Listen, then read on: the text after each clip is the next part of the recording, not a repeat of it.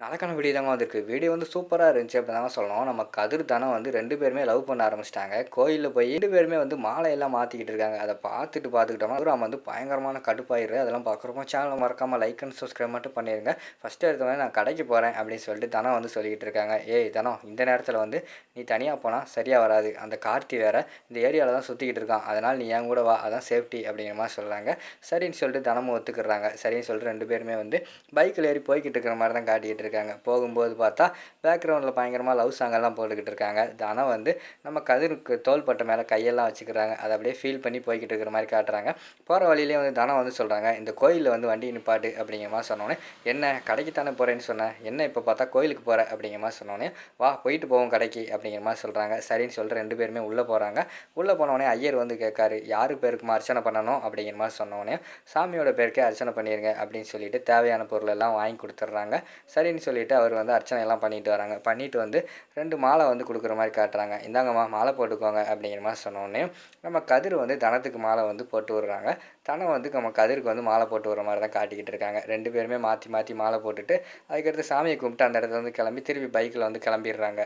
2 பேருமே பைக்கில் போய்க்கிட்டு இருக்காங்க. இந்த பக்கம் பார்த்தா லிங்கத்தை காட்டுறாங்க. லிங்கம் வந்து 4 அடியாளை கூப்பிட்டுட்டு, இங்கே பாடுறா அவன் ஃபோட்டோவை காமிச்சிட்டு, இவன் தான் கதிர் சரியா, இவன் எங்கே பார்த்தாலும் காலு கையை வந்து ஒடிச்சு விட்ருங்க அப்படிங்கிற மாதிரி சொல்கிறாங்க. சரிண்ணே நாங்கள் பார்த்துக்குறோம் அப்படின்னு சொல்லிட்டு அந்த ரவுடிகளும் கிளம்பி வராங்க.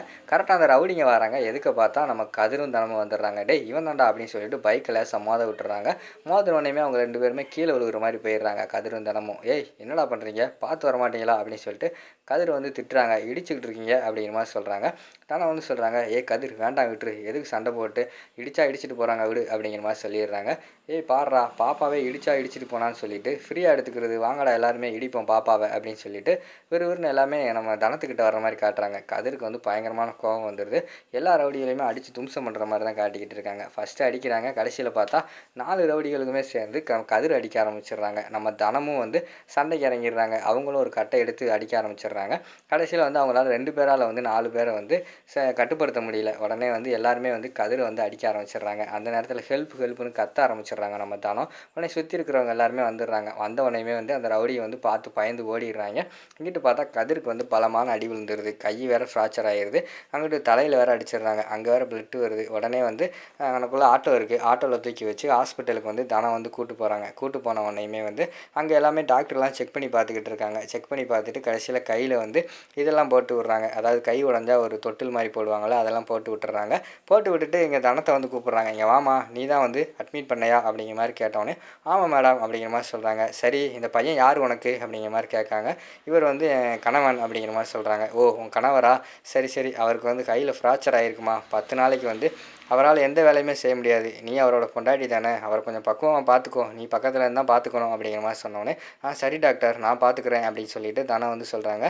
சரிம்மா டிஸ்சார்ஜ் பண்ணி வீட்டுக்கு கூட்டு போங்கன்னு சொன்னோன்னே 2 பேருமே ஆட்டோவில் ஏறி வந்துக்கிட்டே இருக்காங்க. வீட்டில் வந்துக்கிட்டு இருக்காங்க. வர்ற வழியில் பார்த்தா கொஞ்சம் தூரத்துக்கு முன்னாடியே வந்து தனத்தை வந்து இறங்க சொல்கிறாங்க கதிர். நீங்கள் இருந்து இறங்கி நடந்து போ அப்படிங்கிற மாதிரி சொல்கிறாங்க. எதுக்கு, உன்னால் சரியாக கூட நடக்க முடியாது, ஒழுங்காக வந்து என் கூட வா நான் கூட்டு போகிறேன் அப்படின்னு சொல்லிட்டு தனம் சொன்னோன்னே, அதெல்லாம் ஒன்றும் வேண்டாம், நீ இறங்கி போ, ஆல்ரெடி வந்து மாமா வந்து என் மேலே கோவமாக இருக்காரு, நம்ம 2 பேரும் சேர்ந்து போனால் உன்னையும் திட்ட போகிறாரு, நீயாவது வந்து நல்ல பேர் எடுத்துக்கோ உள்ளே போ அப்படிங்கிற மாதிரி சொல்கிறாங்க. அதெல்லாம் ஒன்றும் வேண்டாம், நீ எப்படி வருவ அப்படின்னு சொல்லி தனம் வந்து சொல்கிறாங்க. ஏய் நான் சொல்கிறத கேளு, தயவுசெய்து நீ போ அப்படிங்கிற மாதிரி சொன்னோடனே, சரி நீ வந்துடுவியா அப்படிங்கிற மாதிரி கேட்காங்க. வந்துடுவேன் நீ போ அப்படின்னு சொல்லிட்டு தனத்தை வந்து ஃபஸ்ட்டு அனுப்பி வச்சிடுறாங்க. தனம் வந்து வீட்டுக்குள்ளே போனவொடனே விசாரிக்காங்க. என்னம்மா கடைக்கெல்லாம் போயிட்டு வந்துட்டியா அப்படின்னு சொல்லிட்டு அவங்க பாட்டி வந்து கேட்குறாங்க. போயிட்டு வந்துட்டேன் பாட்டி அப்படிங்கிற மாதிரி சொல்லிவிட்டு அவங்க அந்த இடத்துலேருந்து உள்ளே போயிடுறாங்க. அடுத்து பார்த்தா நம்ம மணி வந்து கூப்பிட்றாரு. சிவராம் வந்து மச்சான் கடைக்கு வாங்க மச்சான், கடையில் கொஞ்சம் க்ரௌடு வந்து அதிகமாக இருக்குது, நீங்கள் வந்தால் கொஞ்சம் ஹெல்ப்ஃபுல்லாக இருக்கும் அப்படிங்கிற மாதிரி சொல்கிறாங்க. எதுக்கு என்ன மச்சான் கிளம்பிடுவோம் அப்படின்னு சொல்லிட்டு அவங்க 2 பேர் கிளம்பிக்கிட்டு இருக்காங்க. பார்த்தா வெளியில் ஆட்டோ சத்தம் கேட்குது. மச்சான் வெளியில் ஆட்டோ சத்தம் கேட்குது, இருங்க போய் பார்த்துட்டு வரேன்னு சொல்லிட்டு மணி வந்து வெளியில் வராரு. வெளியில் வந்து பார்த்தா இவர் வந்து கையில் அடிபட்டு வந்திருக்காரு. கதிர் வந்து, டேய் கதிர் என்னடா ஆச்சு அப்படிங்கிற மாதிரி ஷாக் ஆகுறாங்க. ஒன்றும் இல்லை லேசாக தான் அடிபட்டுருக்கு அப்படிங்கிற மாதிரி சொல்லிட்டு இருக்காங்க. டேய் வாடா அவனை நான் கூட்டு போகிறேன்னு சொல்லிட்டு தோளில் கை போட்டு வீட்டுக்குள்ளே கூப்பிட்டு வராங்க. டேய் என்னடா ஆச்சு அப்படிங்கிற மாதிரி வந்து சிவராம் கேட்காரு. அது ஒன்றும் இல்லை மச்சான், கீழே வந்துட்டேன் அதான் அடிபட்டுருச்சு அப்படிங்கிற மாதிரி சொன்னேன்னு பத்மா வந்து வந்துடுறாங்க. டேய் உன்னை பார்த்தாலே தெரியுறா, இது கீழே விழுந்தா எப்படி அடி விழுகும், ஒழுங்கா உண்மையை சொல்கிறா, எவன் கூட போய் சண்டையை சண்டையை போட்டு வர அப்படிங்கிற மாதிரி சொல்லிகிட்டு இருக்காங்க. ஐயோ இது கீழே தான் விழுந்தேன் அப்படிங்கிற மாதிரி சொல்லிக்கிட்டு இருக்காங்க. ஏய் அவனே கீழே வந்து அடிபட்டு வந்திருக்கான், அவனை போய் விசாரிச்சுக்கிட்டு இருக்க, நீ வாடா கதிரு அப்படின்னு சொல்லிட்டு மணி வந்து வீட்டுக்குள்ளே கூட்டு போய் அந்த ரூமில் வந்து படுக்க வச்சிடுறாங்க. படுக்க வச்சுட்டு வந்தவொடனே அங்கே வந்தால் தனம் வந்து சொல்கிறாங்க, ஏன் நீ வந்து உன்னால் தான் சொன்ன, என்னால் தான் அந்த ரவுடியில் வந்து சண்டை போடும்போது அடிபட்டேன்னு சொல்ல வேண்டியதானே, எதுக்கு இப்படிலாம் சொல்லிக்கிட்டு இருக்க அப்படிங்கிற மாதிரி சொல்கிறாங்க. இல்லை இருக்கட்டும், என்ன இருந்தாலும் வந்து நான் கொஞ்ச நாள் இந்த வீட்டை விட்டு போக போகிறவன் தானே, அதுக்கு வந்து கெட்ட பேர் வாங்கிட்டேன் ஆல்ரெடி, வந்து அந்த கெட்ட பேரோடைய நான் போயிடுறேன், உனக்கு எது கெட்ட பேர் வரணும் அப்படிங்கிற மாதிரி சொல்லிட்டு கதிர் வந்து பெருந்தன்மையாக பேசிக்கிட்டு இருக்காரு. சரி தானம், எனக்கு பசிக்கு ஏதாவது கொடுக்குறியா அப்படிங்கிற மாதிரி சொன்னோன்னே அவங்க பார்த்தா ஜூஸ் எல்லாம் கொண்டு வந்து கொடுத்துக்கிட்டு இருக்காங்க, ஊட்டி விடுறாங்க. நம்ம தனம் வந்து அதை வந்து அங்கிட்டு பத்மா பார்த்துடுறாங்க. விறுவிறுன்னு வந்து நம்ம ரகுராம் கிட்ட போகிறாங்க. அண்ணே டீ எதுவும் குடிக்கிறியானே அப்படிங்கிற மாதிரி சொல்கிறாங்க.